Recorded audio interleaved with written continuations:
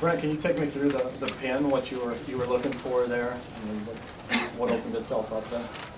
I think you talk about the strategy of a match, and especially a big match like that. You don't go out there and you don't think, I need to get the pin right away, I need to jump on this guy and try to pin him. Especially an opponent who's pretty tough.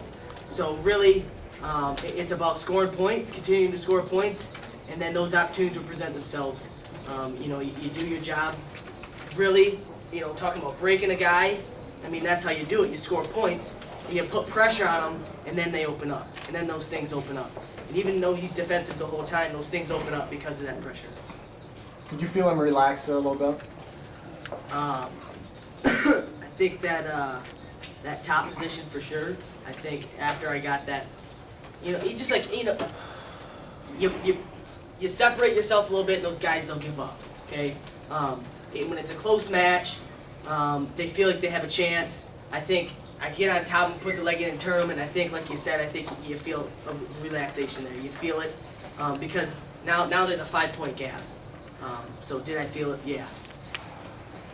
Tom, McDonough really set the tone the way he came out and performed. McDonough is a natural spark plug for this team because of the way he wrestles and because of the energy that he has and because he's a 25-pounder.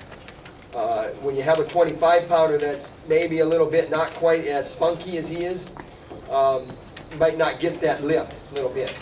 And after the break, you saw maybe the difference there with Morningstar getting ridden for a minute 33 in that first period, being down 2-0, and then, and I'm not saying that's the reason why, because you got to get ready to go when it's your time to wrestle. But you see what that can do being a spark plug, and he's a natural. He's a natural for it. You kind of refer to him as a little bit of a gamer at times. Do you think this kind of... He's about getting ready for big matches, and he's about winning big matches. He's not about just being out there. He wants to win, and he wants to define his career with championships and titles, and he wants to put his name in the history books, so to speak, for Iowa wrestling. Tradition is thick and rich in Iowa wrestling. That means that he's going to have a pretty doggone good career. And so he's driven. Very, very competitive individual and represents our program very well. But we still got to widen the gap and get him going too a little bit. Coach, can you comment on the intensity, both sides of this meet? It seems to be heightened. It's always heightened for us. I mean, we haven't downplayed it. I think if you were surprised, I think the downplaying come from their side. I don't know where that come from. They've been talking all year, and then the week of the meet, it's all radio silence. So. And I may be throwing some gasoline on the fire right now, and this isn't March, but this is December 6th, and it's important on our calendar, and we circled it and highlighted it and put an asterisk by it. It was important to us. We didn't wrestle well, packed him for 6. That's the difference in the meet. That's the difference, those bonus points, when it's 5-5. And we got a lot of work to do. We have been sloppy. We haven't been real good in the last couple weekends, and we got to iron that out. And we got to get to full strength as well. We got to get healthy and all the things that go with eliminating that slop. And that'll be on coaches and athletes together. Tom, because there are two wrestlers on the back end, do you feel the need to kind of shorten this match and kind of go out there and win it in the first 8? You had such a big lead. No, it's match to match. I mean, you're invested with Blake Razing even if you won the 9 matches before.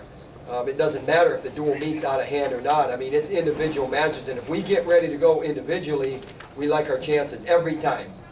Every time. Get ready to go, take care of your business, go out and do what you do best, and we like our chances. Tom, is it weird looking over there and not seeing Cale and those guys, the Sanderson and the side?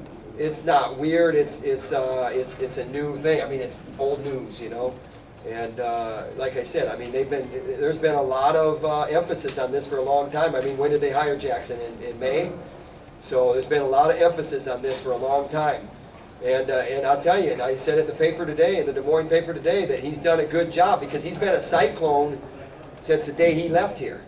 I mean, he's followed this closely because I remember getting some ribbon from him when we were working on the same team together, so to speak. When he was working for USA Wrestling, I was his volunteer. So, and I know that his passion is with Iowa State. Good hire for Iowa State. Talk about not performing at 184. You did perform, had a top-ranked guy, two-time All-American that didn't get it done. What do you attribute that to? He couldn't get to his legs, got I taken talked down about twice. being sloppy, I talked about getting healthy.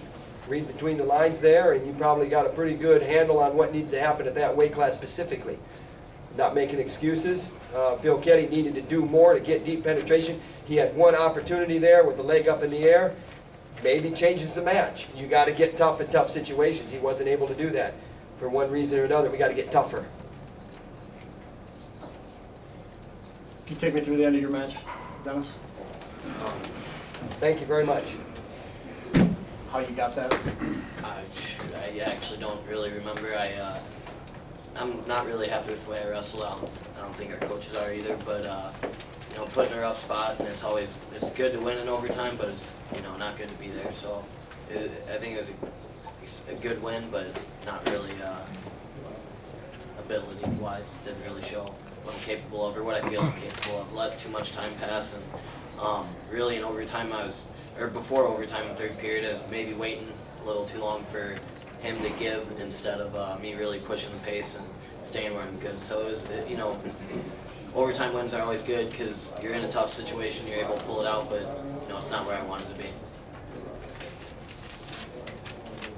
Any other questions?